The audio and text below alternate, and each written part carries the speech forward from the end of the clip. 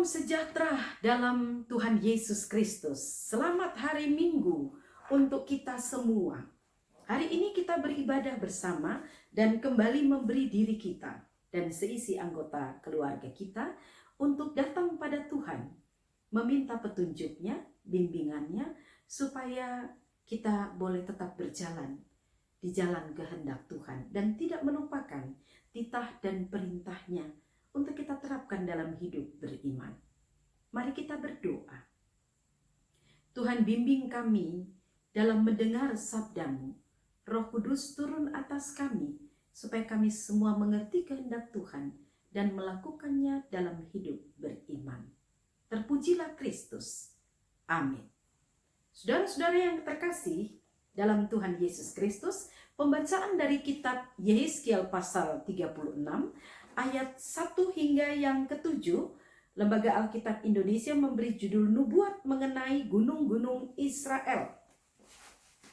Ada ungkapan gunung, lembah, begitu ya, bukit-bukit.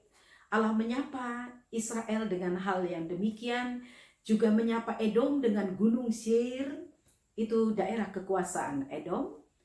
Nah, apa itu latar belakang sehingga muncul Edom? Dan Alkitab mencatatnya. Ada sejarah yang panjang di balik itu sehingga Edom dan Israel, Yehuda tidak pernah berdamai. Tidak pernah saling mendukung dan menolong satu sama lain. Mereka berdua adalah saudara. Anak dari Ishak yang bernama Esau dan Yakub.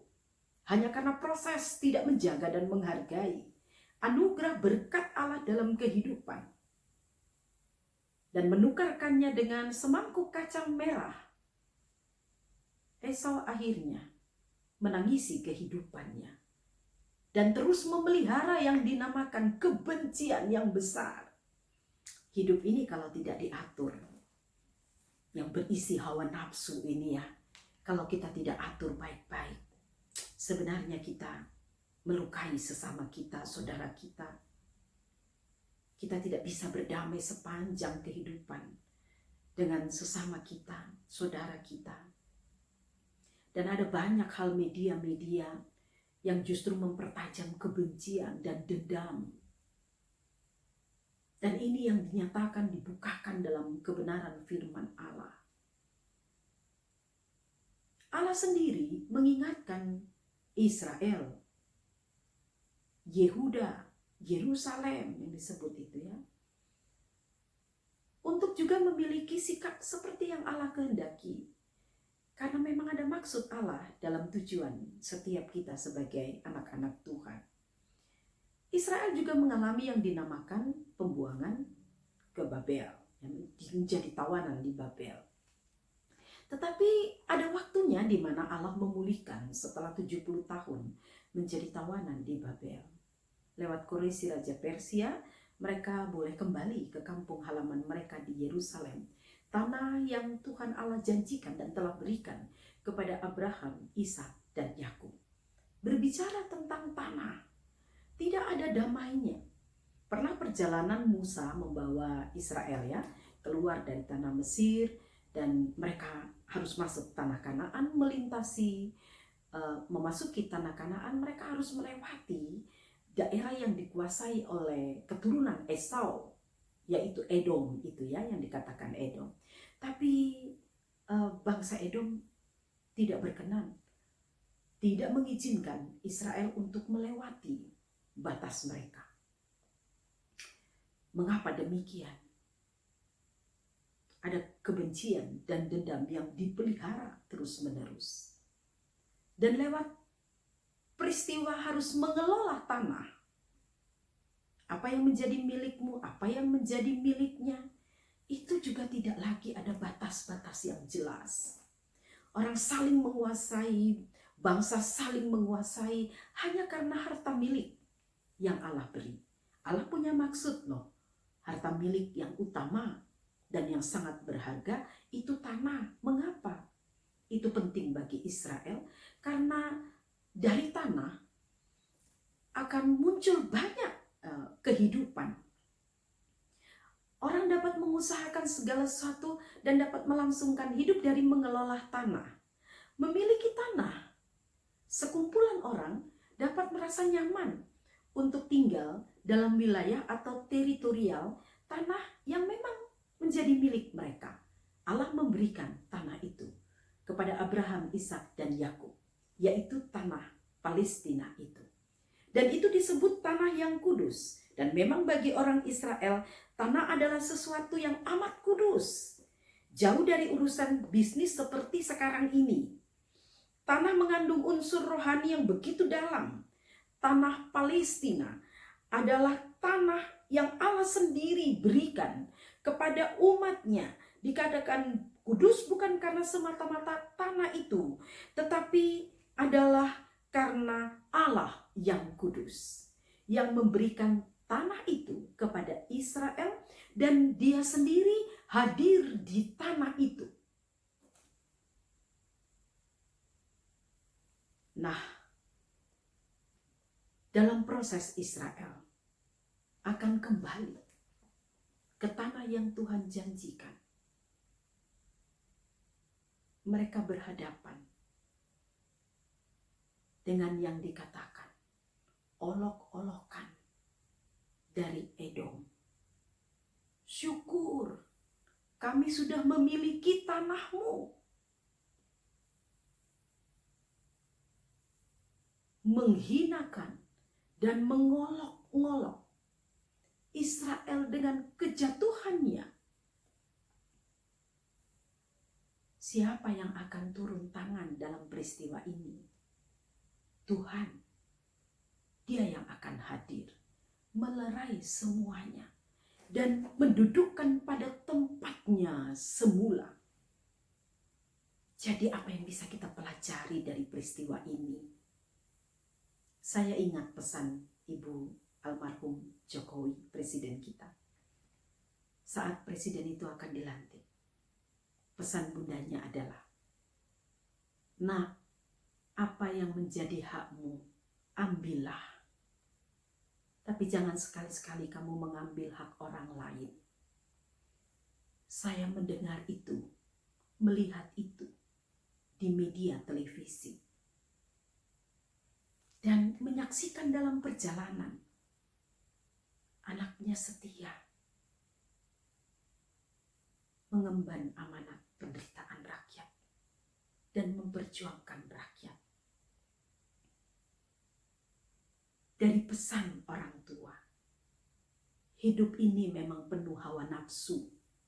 Nafsu ingin menguasai, nafsu menghina, nafsu mengolok-ngolok, nafsu ingin berada lebih berkuasa daripada yang lain. Ini tidak Allah sukai. Dan Allah paling marah dengan hal ini. Itu berarti bagaimana hidup di tanah yang Tuhan beri. Kalau Kalimantan punya seperti simbol gitu ya, ungkapan bijak, di mana bumi dipijak, tanah dipijak, langit wajib dijunjung tinggi. Coba, apa maksudnya itu? Itu ada artinya.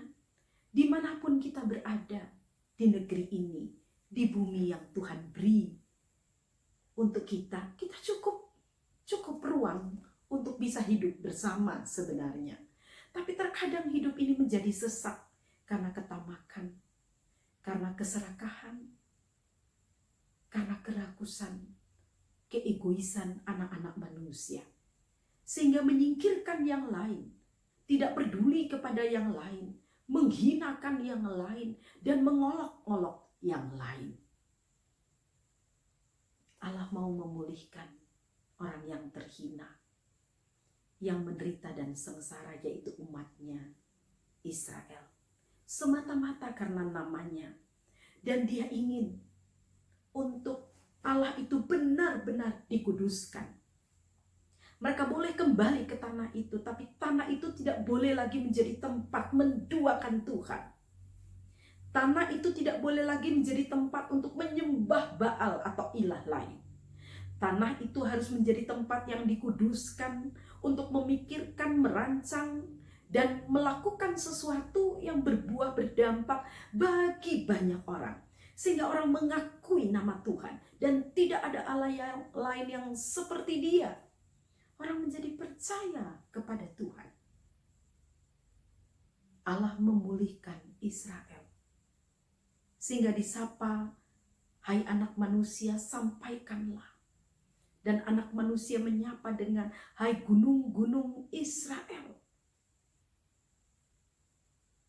Allah akan menangani Edom yang tidak pernah berhenti dengan sikap dan perilakunya yang buruk dan yang tidak manis, tidak baik.